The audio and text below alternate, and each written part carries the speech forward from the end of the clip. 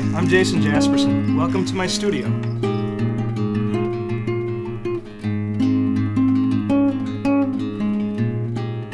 Today on the process, I'll be walking you through the sculpting, casting, and unveiling of a bronze portrait. This project was commissioned by the Hermann Monument Society. They wanted to commemorate Julius Berndt, who had the big dream of having a German memorial somewhere in America. And really, I didn't know much about Julius Berndt, if anything, but having a project like this gives me a reason to learn more. Julius Berndt campaigned for years in Chicago, Philadelphia, Milwaukee for a national symbol of German American heritage. He was commissioned in 1887 to build the monument in New Ulm. And so he's the man who really had the vision for the Hermann Monument and really fought to make it happen. He did the work to establish something as kind of a rallying point for German heritage. This project is really the culmination of a couple decades of training in a variety of fields. It's definitely something I believe that a lot of people can learn to do, but it takes a good deal of personal time, energy, and even monetary investment. This is not an easy thing to do. It's a combination of understanding the materials, understanding kind of the physics involved of building an armature and the clay, making sure it doesn't fall apart, because gravity is always kind of pulling at this thing. And then there's also a study of anatomy. And there's a study of the way that faces are expressive. And I guess kind of just a history of making artwork and trying to make a nonverbal communication, trying to make a connection. When I was in sculpture class at Gustavus, the first thing they had me sculpt was an egg, the size of a human head. And we did that in 1 week. And then we destroyed that and we sculpted a rutabaga, kind of all chopped up and, the way it comes from a grocery store. And then we sculpted some other organic shape like a green pepper or something like that. And so the point there is that specificity matters. My teacher was very specific about not just any egg, not just any rutabaga, but the one that's in front of you. He would hand them out, and you're responsible for every angle of that one. Because these are organic shapes, like the egg, the rutabaga, the pepper, and the human head, they all have an undulating line. The edge will always have kind of a wavy relationship. It all kind of bulges a little bit, and there really shouldn't be a straight edge anywhere. The whole edge should move a little bit. So that's one thing you can look for when you look at a sculpture, a realistic sculpture of a face. Watch for that sort of flow, that flowing line on the edge. Yeah, I mean, if this is something you want to do, that's a good approach to start with these organic shapes. Also, you need to get familiar with the proportions of the human face. And so drawing them and just like developing an understanding of them so that it becomes second nature, that's a really good foundation. There are measurements that I take every time that I look at a face, and every face naturally is a little different than every other face. That's how we recognize them. But I have sort of reference measurements that I'm looking for. So I'm checking and adjusting based on that knowledge that's become kind of part of me.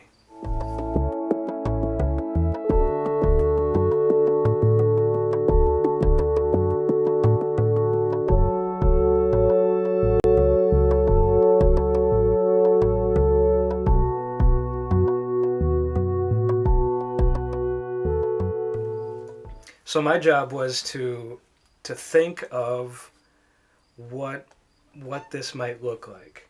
I did a little bit of research. I found some historical photos of Julius, and I did a little looking for a live model, somebody who looks like Julius. Happens to be a good friend of mine, John Oppitz, um, and so he posed for me, and then I needed to work on trying to communicate non-verbally sort of the spirit of this visionary man, this man with a big idea. Once I found somebody who I thought looked enough like Julius Berndt, I sat him down in a spinning chair and had him spin slowly while I took video footage. And what this allowed me to do was take that video and move it back and forth on my computer, and so I would have a kind of a 360-degree view of that model. So that's something that I've recently developed as a very quick and painless method for somebody to sit for me, but it allows me to take a look around all different sides of the model and reference all the different views as I compare my sculpture with that particular angle on the video. I'm working with oil-based clay. First, I build an armature that kind of holds the structure together. There's an internal core, and then I mass in the clay, just trying to find the general forms, get proportions right, and I spend a lot of time working on form and trying to stay away from surface. It's really tempting to try to, sort of smooth the surface as soon as possible, because that it feels satisfying to accomplish this really nice surface. But if the form isn't accurate, if the form isn't where it should be, then all of that surface work is a waste. I need to redo it anyways. So I spend a good deal of time just measuring and tweaking proportions, trying to get things just so. Oil-based clay is kind of sensitive to temperature, and so in order to soften it, I put it into a turkey roaster and turn it on real low, and that kind of softens the clay a little bit. I pull it out with my hands and just kind of smear it around and push it, and as it cools, it hardens a bit and becomes something that's more receptive to a metal tool, something that I can carve as it gets a little bit harder. In general, I have a philosophy of working from very broad strokes and large tools, gradually down through smaller and smaller shapes, smaller tools. So I've found that if I limit the tools that I use, for example, in the early stages, I usually just use my hands. So my thumb or my palm, really kind of big, clumsy tools, that forces me to make big, broad shapes. And then I'll transition to a smaller tool or a different kind of tool, like some kind of a metal loop tool for carving, or a simple flat wooden tool. The tool kind of affects what's possible at that stage, and so I'm very careful about what I allow myself to use. I save the tiny tools for the end because that's when the tiny work has to happen. Large work has to happen first. And gradually, it's sort of like a photograph coming into focus. Everything is blurry, and then everything gets a little bit closer and a little bit closer, and I kind of go over the whole process and resculpt the thing over and over and over, refining it every time. Interspersed in between processes, between tools, I'll sometimes obscure everything. I'll paint on kind of a sloppy slurry of clay, and that sort of like, it blurs everything a little bit. All the details kind of get set back, and it helps me to see the whole thing more clearly. And then I come back into it and rework it. It feels like going backwards, but it actually helps me to see more clearly.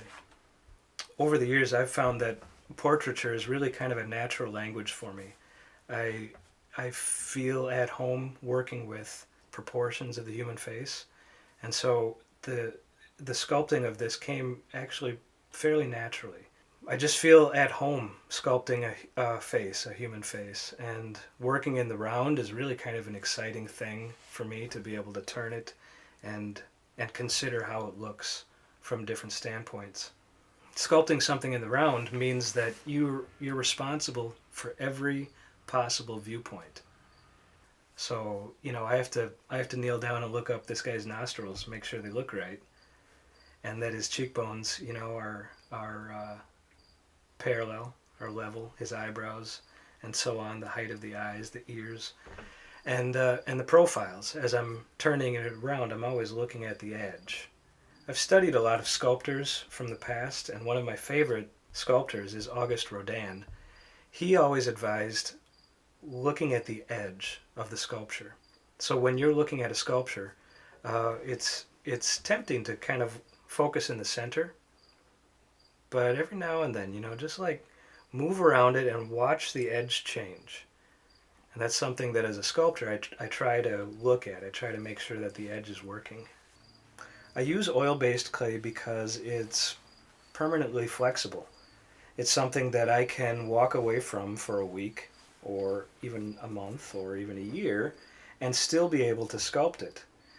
And that's a really great advantage, except that it remains soft and would not be suitable for the public. It wouldn't last very long if people tried to touch it, or anybody tried to mess with it. It would get wrecked. So the reason that we cast in bronze is that it's a very durable material. Bronze sculptures have been pulled up out of the Mediterranean from 2,000 plus years ago, and they look great.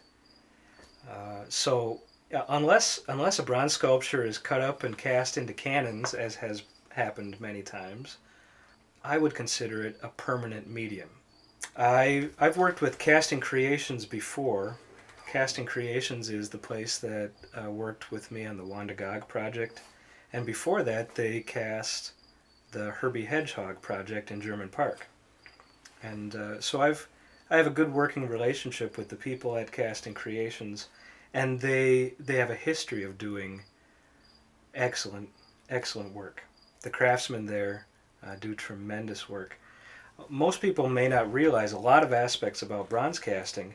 One thing that maybe you can look for when you're looking at a bronze the next time is whether or not you can find welds, seams that they welded, and they duplicate the texture, I think, so convincingly that those welds are very difficult to find.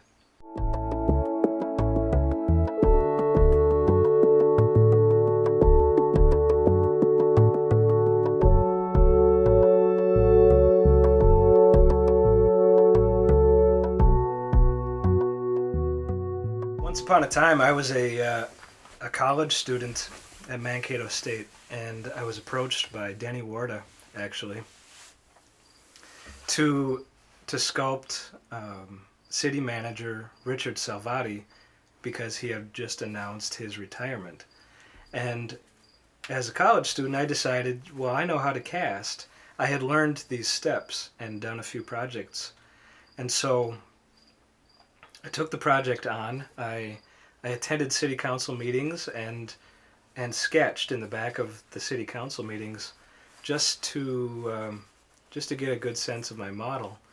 And later on, Dick Salvati was really impressed that this college student was so interested in local government. I was just doing drawings, and my wife was knitting next to me at these meetings. So I worked on this sculpture in my apartment basement, made a big mess. I was working on mold making and working with clay and wax. This brand new apartment had like rubble all over it. My landlords were not real happy about that. But I made my way through the casting process, which is complicated. It involves a lot of mold making, a lot of different steps. And if you get any one step wrong, it can wreck everything. So I did get one step wrong on that bronze bust.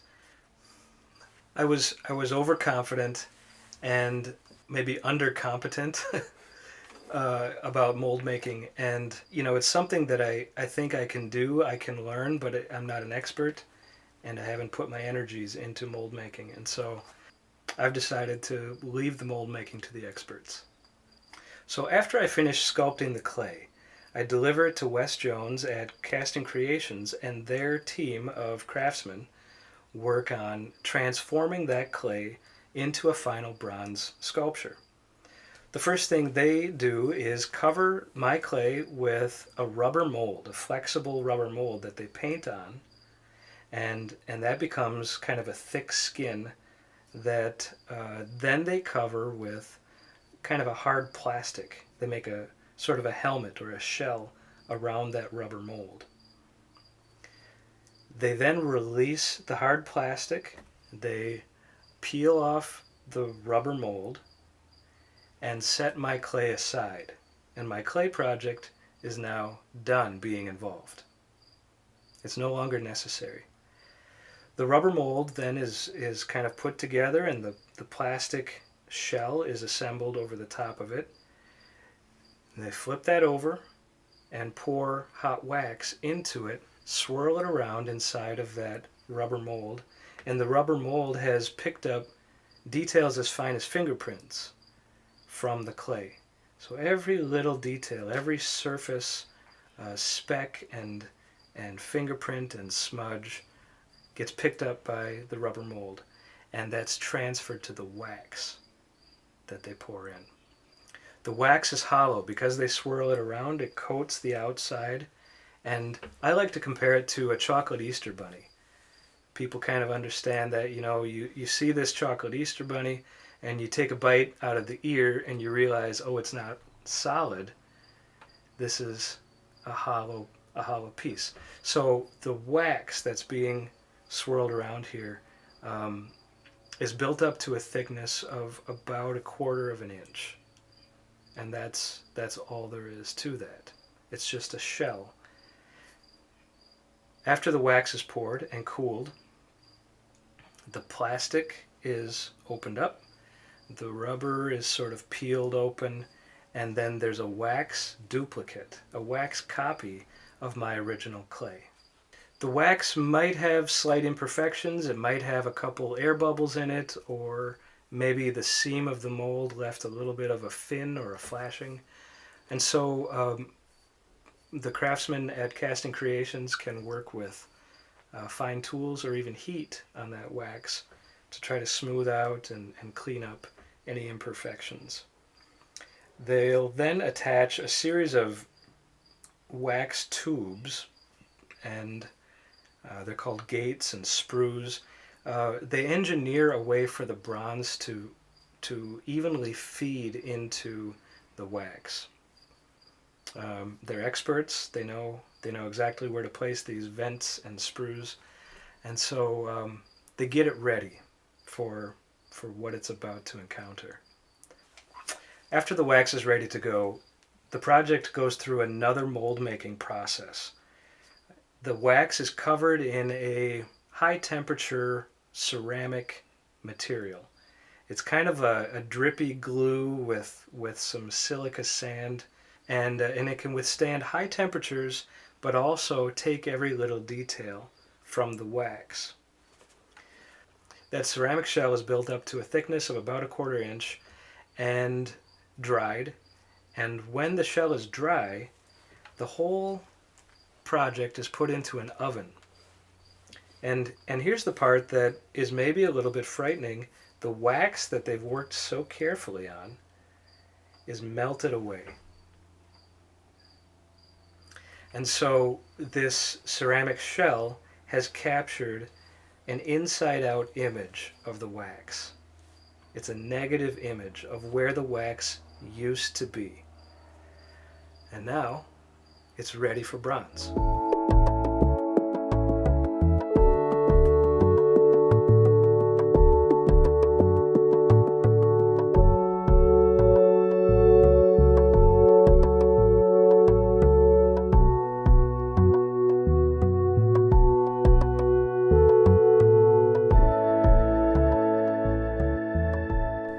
now the project is ready for bronze. They set it up so that they can pour hot metal down into the series of tubes and tunnels that they've engineered, and that hot bronze goes down and fills in evenly and cools. And when it's cool enough, they start breaking off that ceramic mold, probably with hammers, chisels, but the bronze can take it. The bronze is now super strong. It's a very strong alloy. The project is sandblasted to clean off the mold. Any imperfections are ground down. If it's made of many pieces, they're welded together. Sometimes they have to be bent and flexed because there's a little warping involved with the heat. Their craftsmen just do tremendous work. You never sense any of that tweaking that's necessary. They make it look so easy. Finally, after everything's cleaned up and the bronze sculpture is trimmed and ground down and welded together if necessary, the color is added. And what's done is a chemical process. It's called a patina that's painted on. A lot of times the bronze is heated so that the patina evaporates quickly. And the patina is made to chemically bond and react with the copper that's in bronze. And so different chemicals are used to create different reactions. For the Julius Berndt sculpture, we're using a ferric patina. It has a lot of iron content in it, and that gives it a nice warm brownish red. You have to understand that every worker at every stage at Casting Creations is really a master of a separate craft. And so you have somebody who's really a master at working the wax, and you have master mold makers, and you have the people who heat the bronze, and they know exactly the right temperature, and you have people who work with the patina, and they know how to work with the chemicals. There's a wide range of patinas that are available, a lot of different combinations and applications. I chose the ferric because I wanted this to have kind of a warm feeling. I wanted it to almost feel like a sepia photograph, maybe, something along those lines. But green, black, blue, red, there's a whole range of possible outcomes. And this just felt like the right choice for this project.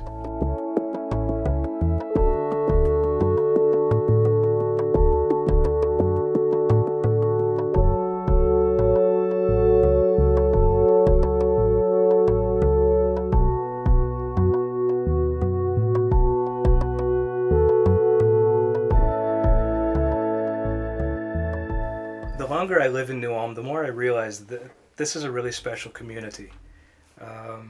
The unveiling of the Julius Berndt sculpture, I believe, is one of many really great sort of get-together events that somebody could participate in New Ulm. New Ulm has a significant history in many different ways, and the German heritage is definitely something that we're proud of, something that we capitalize on, and that draws people in consistently. And I think Julius Berndt is a significant figure, somebody that needs our attention, somebody we should be paying attention to.